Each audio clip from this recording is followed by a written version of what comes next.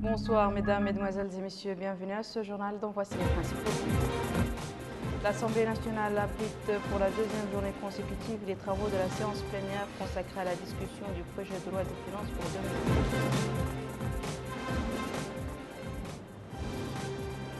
2020. Lancement officiel de la stratégie tester et traiter du VIH-Sida.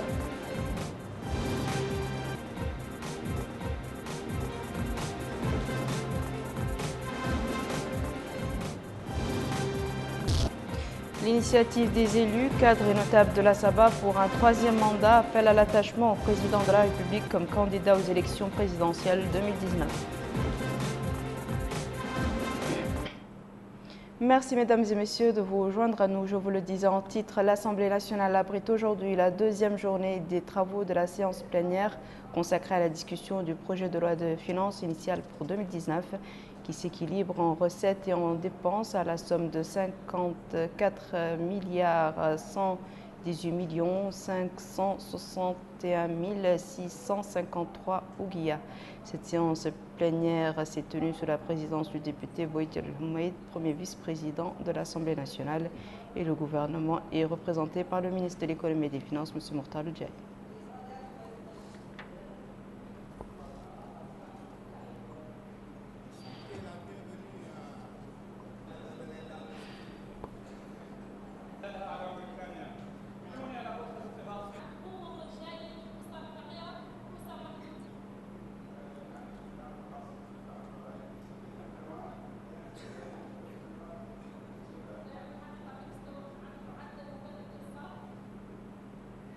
Les travaux de construction de la station de dessalement d'eau de mer de la ville de Nouadhibou se poursuivent. Cette station permettra de couvrir le déficit en eau potable au niveau de notre capitale économique, Rabia Adeda. Conscient que la station de Boulay-Noir ne suffit pas pour approvisionner la ville de Nouadhibou en eau potable, le gouvernement mauritanien a initié la création d'une station de dessalement d'eau de mer. Cette station en cours de construction répondra aux besoins en eau potable de la ville de Nouadhibou. Le président de la zone franche de Nouadhibou, Mohamed Ouleddaf, a indiqué que ce projet permettra de doubler la production en eau potable pour couvrir le déficit au niveau de la ville de Nouadhibou, qui connaît une augmentation accélérée de ses besoins du fait de l'attractivité que constitue désormais son pôle économique. Il a ajouté que les travaux de ce projet en sont à la phase finale. Cette station de dessalement a une capacité de 1500 mètres cubes par jour.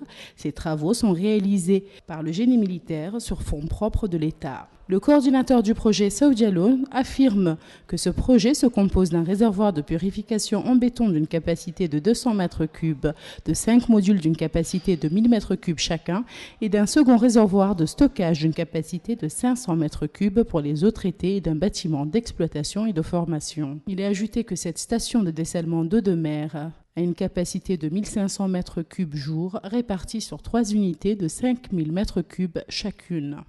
Ce projet viendra s'ajouter aux autres projets exécutés ces dernières années qui ont eu des répercussions positives sur la vie des habitants et contribuent à l'amélioration de leurs conditions de vie. La capitale a abrité aujourd'hui les travaux d'un atelier de lancement de la stratégie tester et traiter du VIH-Sida. Cette rencontre organisée par le ministère de la Santé en collaboration avec ses partenaires dans ce domaine vise à permettre de tester et traiter les personnes infectées par le VIH à un stade précoce. Bokar Bailaba. L'atelier vise à permettre aux personnes infectées par le VIH d'être dépistées et traitées rapidement. En d'autres termes, il s'agit de promouvoir la prévention et la protection de la société contre l'infection par cette pathologie. Ainsi, le chargé de mission au ministère de la Santé, Ahmed Zidoul Zain, a indiqué que cette stratégie a été adoptée pour améliorer la prévention de l'infection par le VIH. Il a souligné l'importance de mettre en œuvre des systèmes et procédures au niveau du secrétariat exécutif national pour lutter contre le sida et du programme national de lutte contre le sida afin de soumettre tous les porteurs du VIH à un triple traitement immédiatement après la divulgation. De son côté, le représentant du programme national élargi de lutte contre le sida dans notre pays, Dr Mostafa Oul-Atiq, a rappelé la publication d'une circulaire visant à orienter le traitement après le dépistage et la fourniture gratuite de fournitures et de médicaments à toutes les personnes séropositives, réitérant l'engagement de son organisme à aider la Mauritanie à être l'un des premiers pays à éliminer cette maladie d'ici 2030.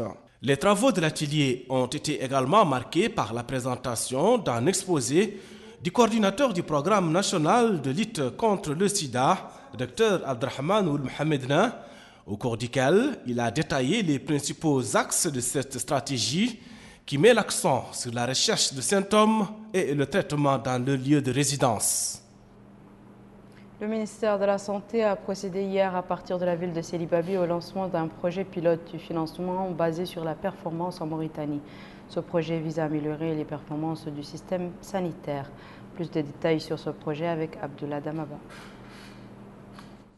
Ce projet pilote de financement basé sur la performance INAIA constitue une nouvelle approche du système de santé qui va être mise en œuvre au niveau des wilayas du Hod El Gharbi et du Guidimaha pour expérimentation avant sa mise en œuvre à l'échelle nationale. Il s'articule par des contrats qui vont lier les acteurs aux régulateurs au niveau national, à savoir le ministère de la Santé, au niveau régional par le DRAS et au niveau local.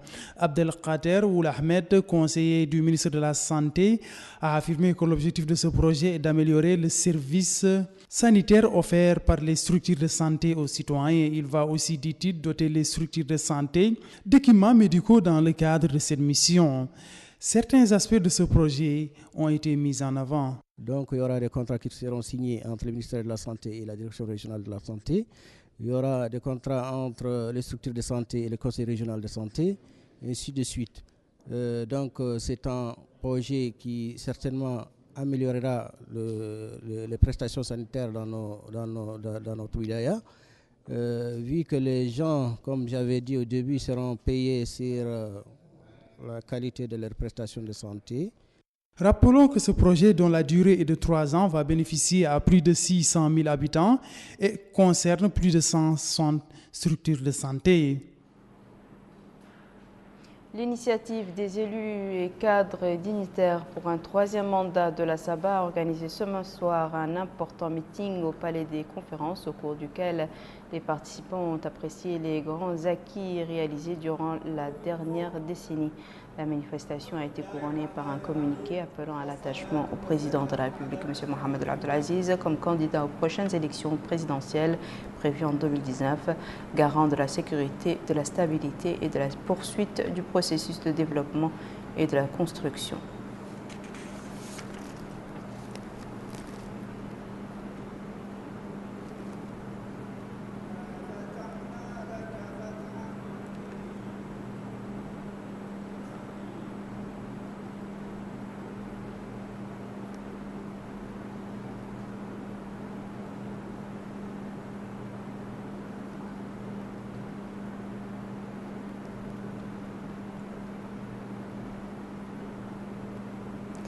Le bilan du nombre de victimes du récent tsunami qui a frappé l'Indonésie a grimpé à plus de 400 morts.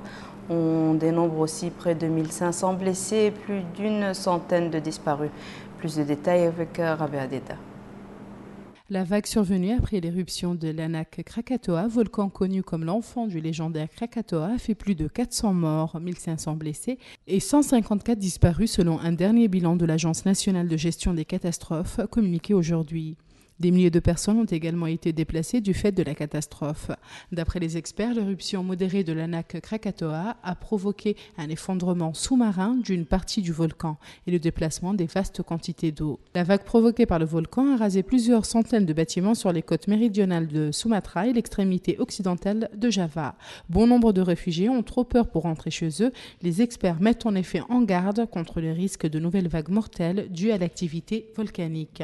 Ce mardi, les secouristes s'efforçaient d'apporter de l'aide aux régions dévastées par le tsunami, mais le manque d'eau potable et de médicaments se fait cruellement sentir parmi les milliers de personnes réfugiées dans des centres d'urgence.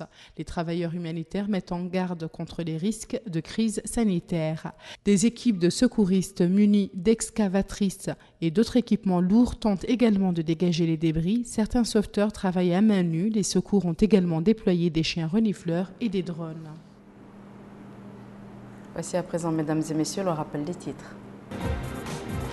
L'Assemblée nationale abrite pour la deuxième journée consécutive les travaux de la séance plénière consacrée à la discussion du projet de loi des finances pour 2019.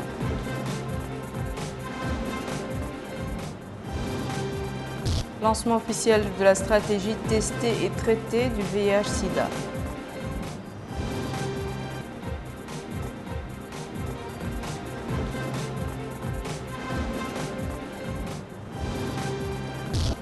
L'initiative des élus, cadres et notables de la Saba pour un troisième mandat appelle à l'attachement au président de la République comme candidat aux élections présidentielles 2019. C'est la fin de ce journal, mesdames et messieurs. Merci à vous de nous avoir suivis. Merci de votre fidélité. À très bientôt, Inch'Allah.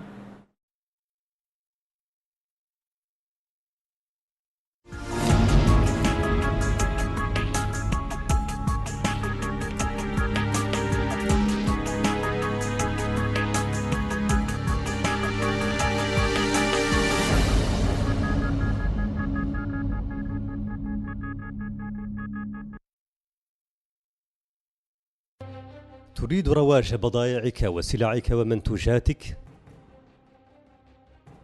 أو تسعى إلى نشر علامتك التجارية واسم مؤسستك الرائدة؟ وفتح ملايين الأعين على جودة معروضاتك؟ المفتاح السحري لكل ذلك في يد الإدارة التجارية لقناة الموريتانية. تواصلوا معنا